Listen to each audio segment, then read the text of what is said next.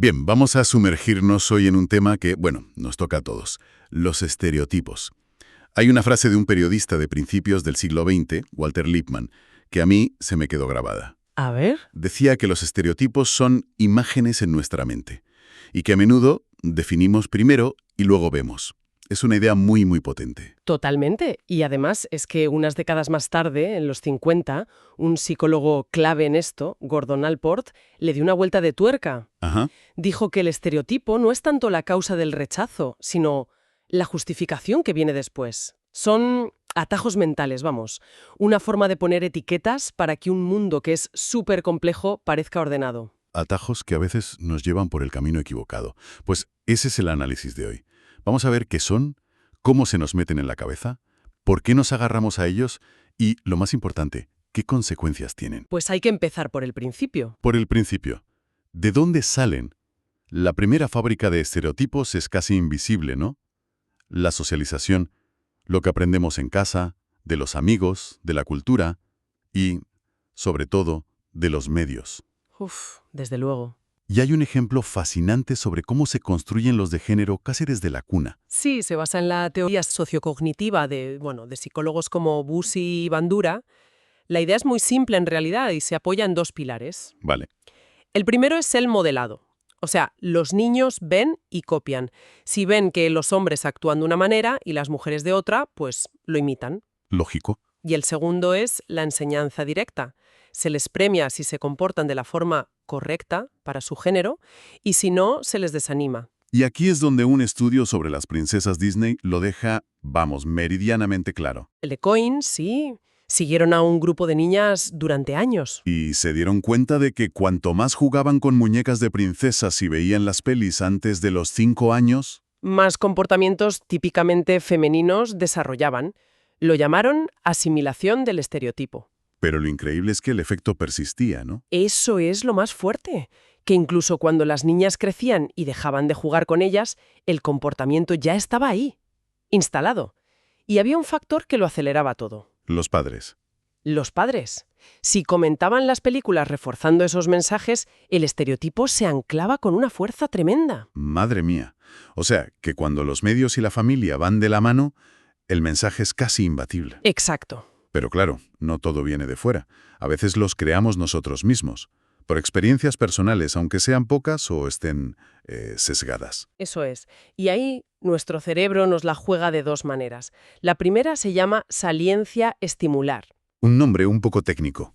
Sí, pero la idea es muy simple. Imagina un campo con 100 ovejas blancas y una negra. Tu cerebro se va a obsesionar con la negra. Claro, con lo que destaca. Justo. Lo inusual capta toda nuestra atención y generalizamos a partir de ahí, no de lo más representativo. Y si esa oveja negra hace algo raro, ya pensamos que todas son así. Exacto. Hay un experimento clásico de Rothbard que lo demuestra. Hizo que la gente leyera sobre un grupo de personas. A unos les dijo que unos pocos habían cometido delitos violentos, a otros delitos no violentos, como falsificación. Y Pues los que leyeron sobre los delitos violentos acabaron pensando que todo el grupo era mucho más criminal. La información violenta, por ser más llamativa, pues contaminó su percepción de todos. entiendo.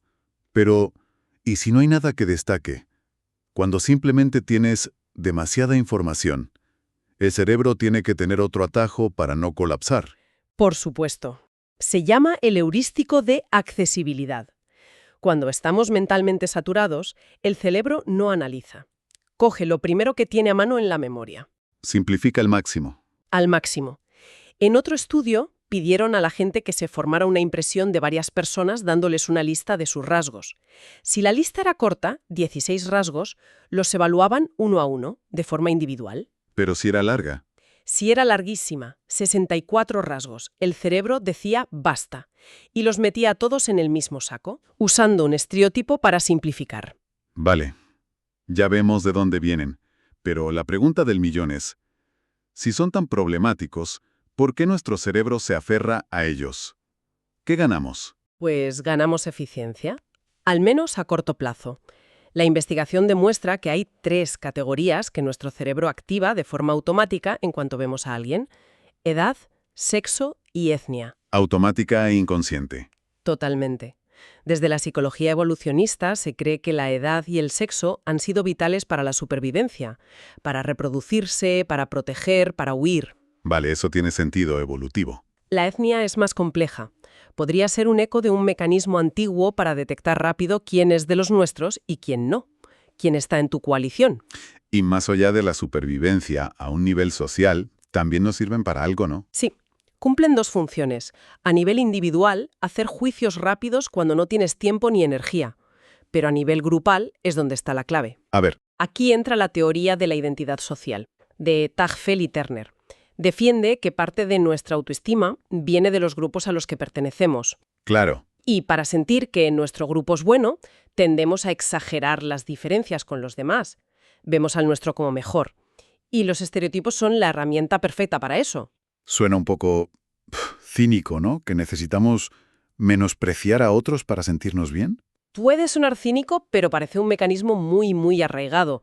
No siempre es malicioso, a menudo es inconsciente.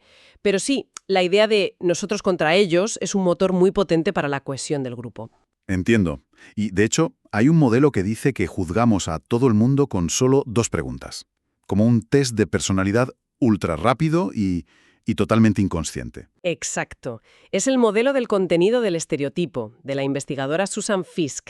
Y esas 2 preguntas que se hace el cerebro en milisegundos son, primero, ¿tienen buenas o malas intenciones hacia mí?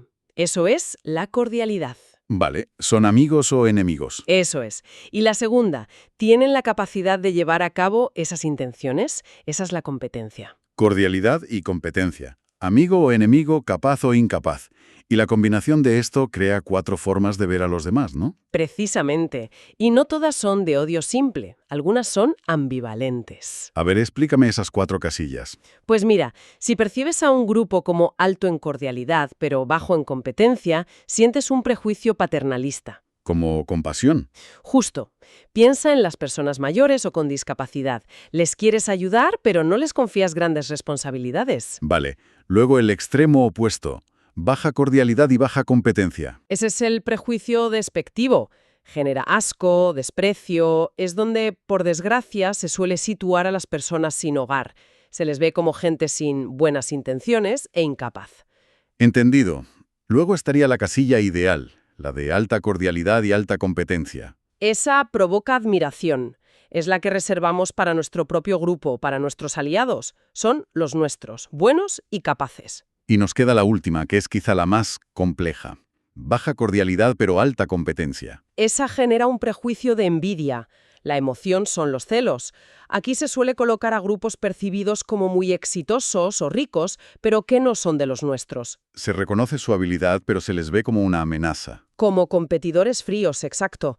Y lo más potente de este modelo es que no solo describe cómo pensamos, sino que predice cómo actuamos. Esa es la clave. La cordialidad predice si nuestras acciones serán activas, ayudar o atacar. Y la competencia si serán pasivas, cooperar o ignorar. Por eso, a un grupo que genera compasión, como los ancianos, se le puede ayudar activamente, cuidándolos, pero a la vez dañar pasivamente. Ignorando sus opiniones o aislándolos. Exactamente. El comportamiento es coherente con el prejuicio. Apliquemos esto, por ejemplo, al género. El estereotipo clásico es que las mujeres son cordiales pero menos competentes, y los hombres al revés, ¿no? Ahí, la teoría del rol social de Igauli y Wood es fundamental. Dice que asociamos a las mujeres con la cordialidad y a los hombres con la competencia porque, históricamente, han ocupado esos roles. La teoría predecía que si un hombre y una mujer ocupan el mismo puesto, El estereotipo debería desaparecer. debería, pero no es tan fácil. Hay un precio que pagar por romper el molde, sobre todo para ellas. Hay un estudio de Heilman de 2004 que es demoledor. Presentaron un currículum idéntico para un puesto de vicepresidente de una aerolínea, un rol visto como muy masculino. A veces decían que era un hombre y otras una mujer. Y los resultados fueron ¡buf! Cuando el currículum era un éxito rotundo, tanto él como ella eran percibidos como igual de competentes. Nadie dudaba de su capacidad. Pero a ella la describían como significativamente menos cordial, más fría, menos agradable. Se le penalizaba por tener éxito. Vaya tela. Es el efecto backlash, ¿no? Exacto. Una mujer muy competente en un campo masculino es vista como una amenaza y se la ataca en la dimensión de la cordialidad. Es un ejemplo perfecto del prejuicio de envidia. Increíblemente injusto. Y si eso es grave, lo que pasa con los estereotipos sobre la edad es de otro nivel. Afecta literalmente a la salud. Es uno de los hallazgos más impactantes de la psicología social. Un estudio longitudinal de la investigadora Becca Levy es la referencia absoluta. ¿Qué hizo? Siguió a más de 600 personas durante más de 20 años y descubrió que aquellos que tenían una visión positiva de su propio envejecimiento vivieron una media de 7 años y medio más que los que tenían una visión negativa. Para. ¿Me estás diciendo que lo que una persona piensa sobre hacerse mayor puede darle, de media, 7 años y medio más de vida? 7,5 años. Y el efecto se mantenía incluso después de controlar su estado de salud al inicio, su género o su nivel socioeconómico. Es alucinante. Es más de lo que mucha gente gana por dejar de fumar. Es que el optimismo, la percepción positiva, parecía protegerles y alargarles la vida. ¿Y se sabe cómo funciona esto, el mecanismo? Uno de los más estudiados es la amenaza del estereotipo, un concepto de Steele y Aronson. Ocurre cuando perteneces a un grupo sobre el que pesa un estereotipo negativo. Por ejemplo, la gente mayor tiene mala memoria. Vale. Si te ponen en una situación donde puedes confirmar ese estereotipo, el miedo y la ansiedad que sientes hacen que tu rendimiento, efectivamente, baje. O sea que el miedo a parecer olvidadizo te pone tan nervioso que te acabas olvidando de las cosas. Exacto, es una profecía autocumplida. En los experimentos, si a un grupo de personas mayores les recuerda sutilmente el estereotipo de la mala memoria justo antes de una prueba, sus resultados caen en picado. Y esto no solo les afecta a ellos. El estereotipo que la sociedad tiene sobre ellos, ese de cordiales pero incompetentes, también cambia cómo los tratan los demás. Desde luego. Otro estudio de Bustillos y Fernández Ballesteros analizó residencias de mayores y encontró algo revelador. ¿El qué?